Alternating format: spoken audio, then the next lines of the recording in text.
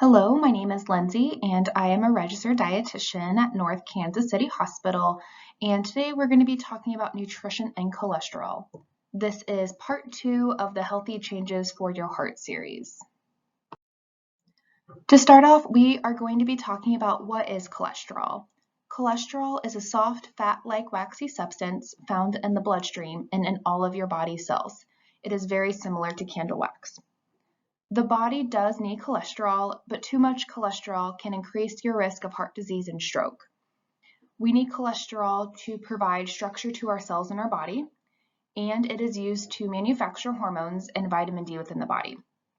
It also helps aid the digestion and absorptions of fats in the diet. Where does our body get cholesterol? Our body gets cholesterol from animal products. Cholesterol found in animal products does not affect our blood cholesterol. What affects our blood cholesterol are saturated fats, trans fats, and refined carbohydrates. From there, where does cholesterol go? Cholesterol goes directly into our bloodstream and can be used for essential body functions, but too much cholesterol can build up plaque in those arteries. Or cholesterol can be excreted through our stool. Cholesterol in blood will not dissolve. Instead, it sits in your arteries like your heart, your kidneys, or your brain, and deposits cholesterol wax on the walls. This buildup is called plaque. With this, artery diameter becomes narrow, disrupting adequate blood flow and causing inflammation. So plaque plus inflammation increases your risk of heart attack or stroke. Below is a picture that helps explain some of this. That first visual, the unclogged artery, shows what your arteries look like without any plaque. So you see the blood flow is able to flow right through without any issues. But that second picture shows what poor blood flow looks like when you have more of that plaque and that cholesterol buildup. You can see the red blood cells are not able to flow through as quickly. How does cholesterol work? Cholesterol does not move through the body on its own. It must combine with proteins to travel through the bloodstream. Cholesterol and protein traveling together are called lipoproteins. There are two different kinds of lipoproteins. You have your low-density lipoprotein, also known as your LDL, and your high-density lipoprotein, also known as your HDL.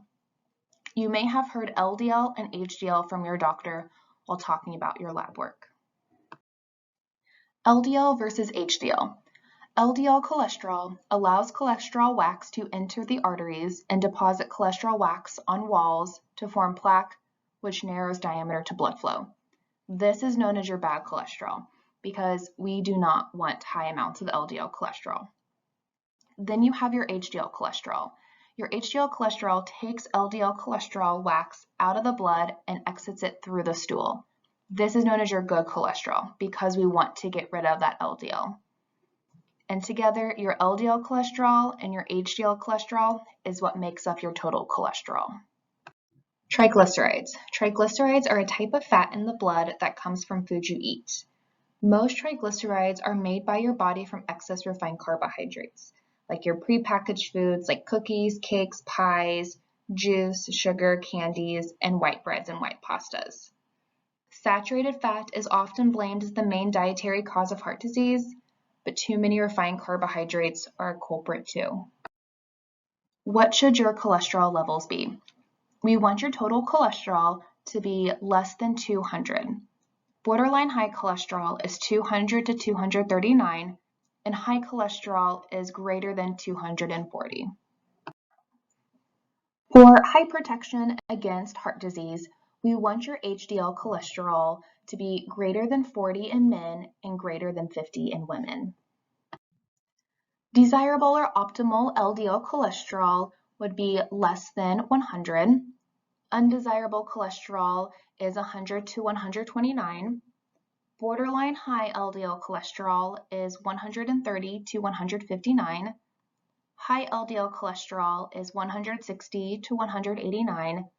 And very high cholesterol is anything greater than 190.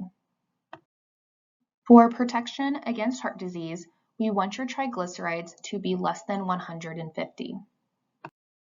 The breakdown. To summarize everything we've talked about so far, high levels of LDL cholesterol increase the risk for heart disease and stroke, and high levels of HDL cholesterol can offset that risk and help protect your cardiovascular system. As shown below, when you have high levels of HDL cholesterol, you don't see any plaque buildup because that HDL cholesterol is getting rid of the LDL cholesterol. And then that second picture, you see what happens when you have high levels of LDL cholesterol and low HDL. There's lots of plaque buildup in those arteries where you don't have good blood flow. There are three major factors that contribute to high cholesterol levels: diet, obesity, and genetics. A diet high in saturated fats, trans fats, and refined carbohydrates, obesity related to both diet and lack of exercise, and genetics, having a family history of high cholesterol. Now we are going to talk about the Mediterranean diet as one approach you can take nutrition-wise to promote heart health and lower your cholesterol. The Mediterranean diet is a non-restrictive dietary approach to managing a variety of health conditions and chronic diseases.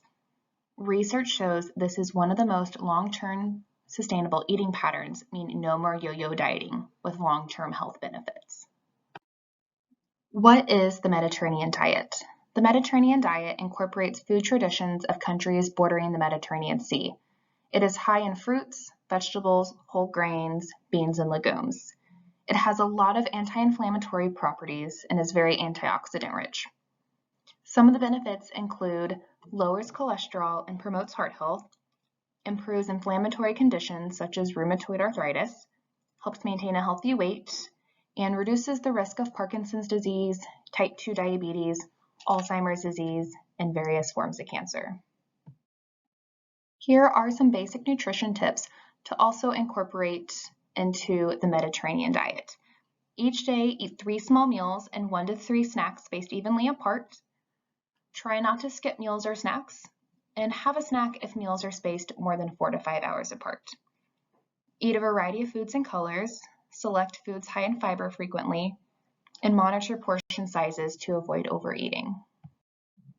The first step is to start making healthy choices in each food group. We have 3 main food groups in our diet.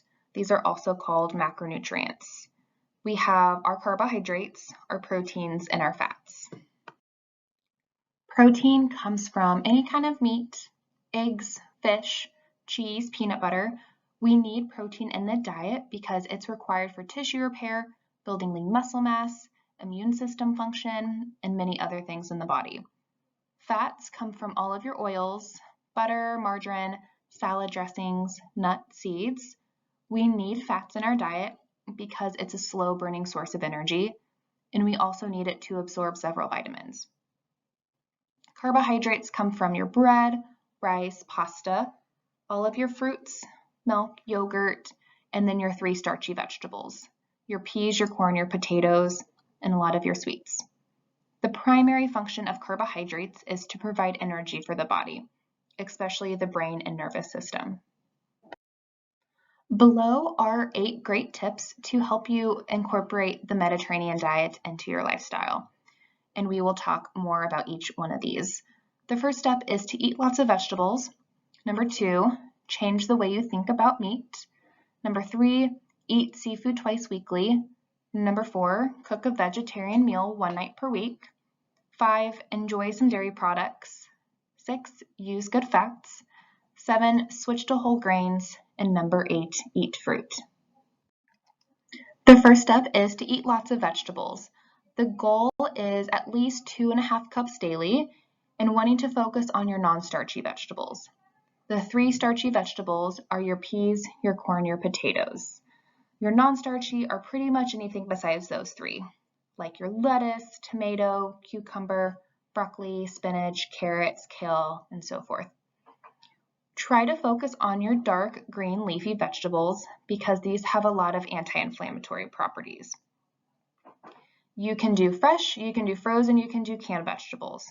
All are fantastic for you. In terms of canned, try to get the no salt added, or you can always rinse your vegetables off in some water. And then try to fill half of your plate non-starchy vegetables at most meals. Number 2, change the way you think about meat. We want to choose more lean protein, which comes from your 90% lean beef or higher, skinless chicken, pork chops, turkey, eggs, and fish. We want to limit more of these processed meats because your processed meats are going to be higher in saturated fats, which can raise your cholesterol. This comes from your bacon, bologna, sausage, and hot dogs.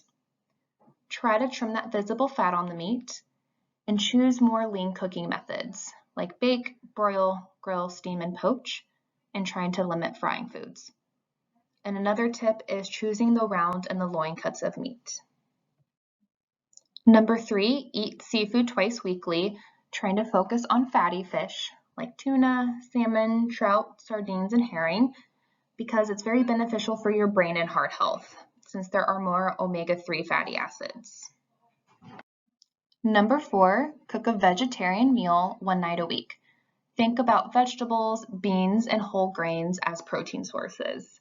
Some alternative protein sources come from all of your beans, your lentils, soy products like tofu, edamame, and tempeh, your nuts, your seeds, and nut butters like almond butter and peanut butter, chia seeds, flax seeds, hemp seeds, and quinoa. Number 5, enjoy some dairy products. Try to choose more of your low-fat dairy like skim 1% milks, low-fat yogurts, low-fat cottage cheeses. Consider plain Greek or a low-fat yogurt because these are a great source of calcium to help build your strong bones. And you can also try some of those unsweetened dairy alternatives like your soy milks or your almond milks. Number 6, use good fats. Choose fats liquid at room temperature with emphasis on olive oil. Other good fats include avocados, olives, nuts, and seeds. Try to include these daily in your meals because these help absorb a lot of vitamins and helps keep you full throughout the day. We just want to limit those saturated fats, which come from butters, margarine, those high-fat processed meats, and your whole-fat dairy, because this is what can raise those cholesterol and build up plaque in your arteries. Number 7, switch to whole grains.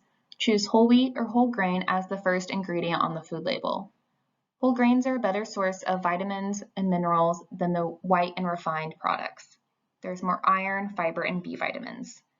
Consider brown rice, whole wheat pasta, whole grain bread, quinoa, or oatmeal. This is a great way to increase your fiber to help lower cholesterol. The goal is to make half your grains whole grain. Number 8, eat more fruit. Fruit is more nutrient dense and full of fiber compared to a lot of your prepackaged snack foods. Fruits are a great source of antioxidants to help fight inflammation.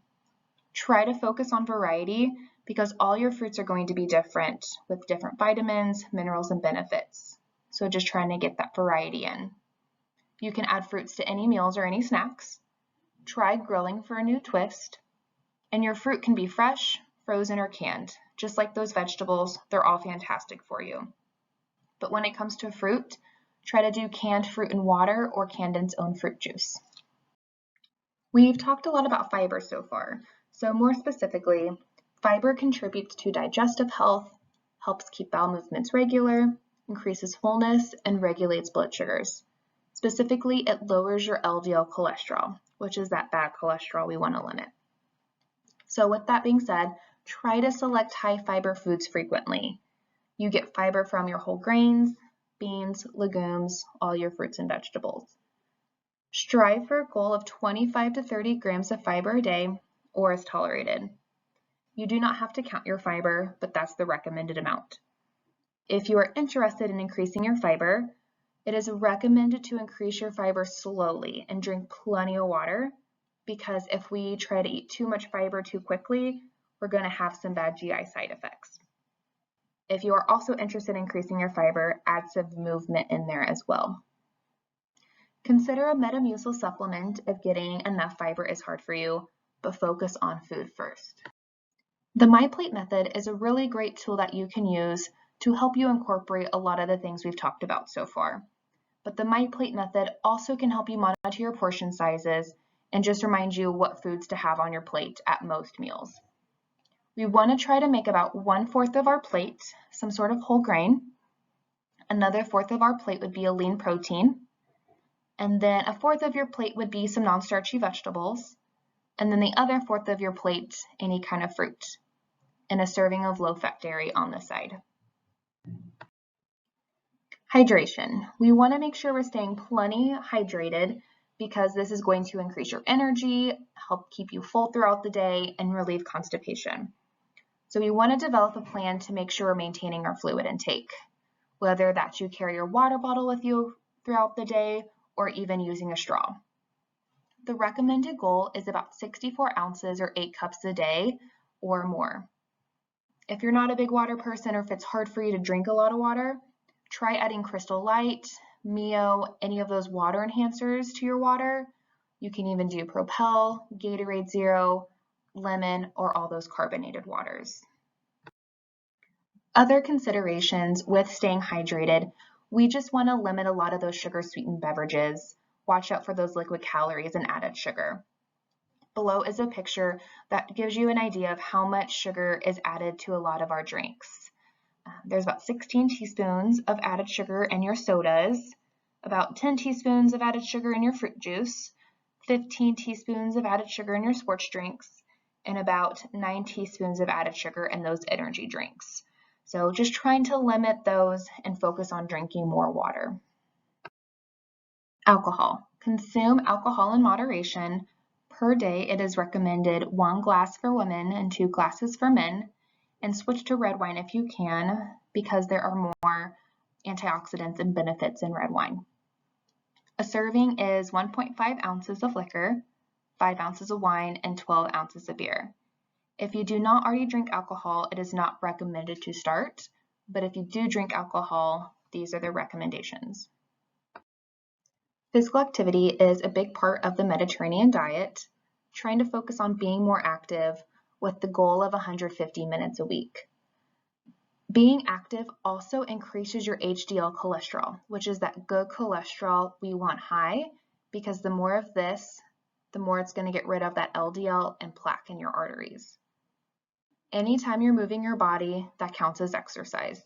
So I want to encourage you guys to find something you enjoy, because that's going to make it a lot easier to maintain down the line. Some ideas to help you increase your activity are parking further away from the grocery store, taking the stairs versus the elevator. Consider online workout videos, using stretchy bands, chair exercises, or a pool for a low impact option. Smoking. Remember, smoking is one of the leading modifiable risk factors for heart disease. Smoking contributes to a buildup of plaque in the arteries because it damages the blood vessel walls. So it's recommended to stop smoking and reduce your exposure to secondhand smoke.